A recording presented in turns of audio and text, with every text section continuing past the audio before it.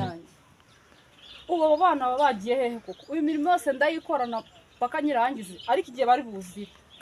turabonana ariko uno munsi ntabwo bari burutahemo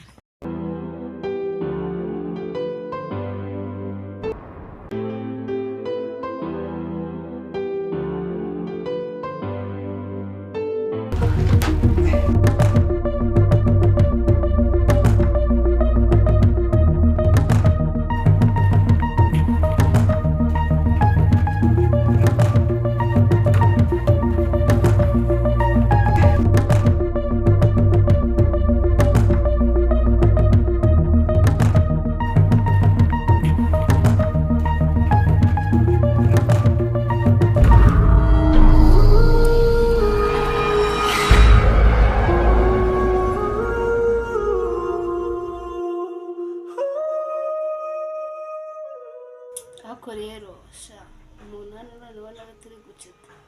ari kunsetsa hari n'igihe umuntu yandikana message ntanandika agafunga message yarangiza ngo umusubize ariko abantu baba bari kunsetsa usarabona yahishe isura sha nanjye nganze njye mishe isura ubuse kagasura y'ubusutu wacatinga n'umuntu utazi isura ye koko abantu b'iyi minsi nabo barasetsa mana we ndega chat iryoshye nongeye gusiba chat ku mwana ariko kamera video iri ku YouTube ndebe n'utuntu twamufanye umunsi wose ndamumara ndi kuri cake n'ibindi da ase nkawe igihe wahera uri muri iyo telefoni nkikuburana imbuga yose wari uri mu biki ubwo ngubwo ibyo byo kubyikira muri telefoni ukageza isa nta kintu urakora amashe kubona imbuga yose nta kintu urakora ubwo ibyo biza kugeza kwa kangara ese wajya mu mbyuke mpagaze mbyuke ndyamye mbyuke nkora iki urasa n'ibyo ashinzwe njye kandi sinzwe gukora amasuku hano muzashaka umuntu yabakora cyangwa muzabireke umva uzamvira mu rugo ugende kuko nta kintu ugende bukorera kararuhinga ibyo ntabwo wabinkangisha ese ni ibiki urara uhagaze cyangwa urara uryamye ngende umuboyo hano nshinzwe kubakorera amasuku muzashaka umukozi uyakora cyangwa muzabireke umva niba utagomba gukora ugomba kuva muri uru rugo ukagenda kuko nta kintu waba umaze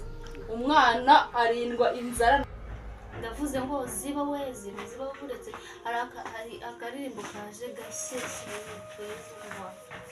nibyo ndimo wiza kumusakuriza ukiteresa umva urambira mu rugo wa mukobwa we niba wari utangiye kwigira ese wagira muri igere wese kandi inyago yakore ko baje usaba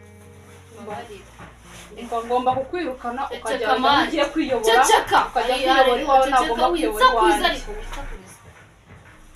ese ubundi musaza wawe ari ibyo atariye se yanditse ajya muri boroze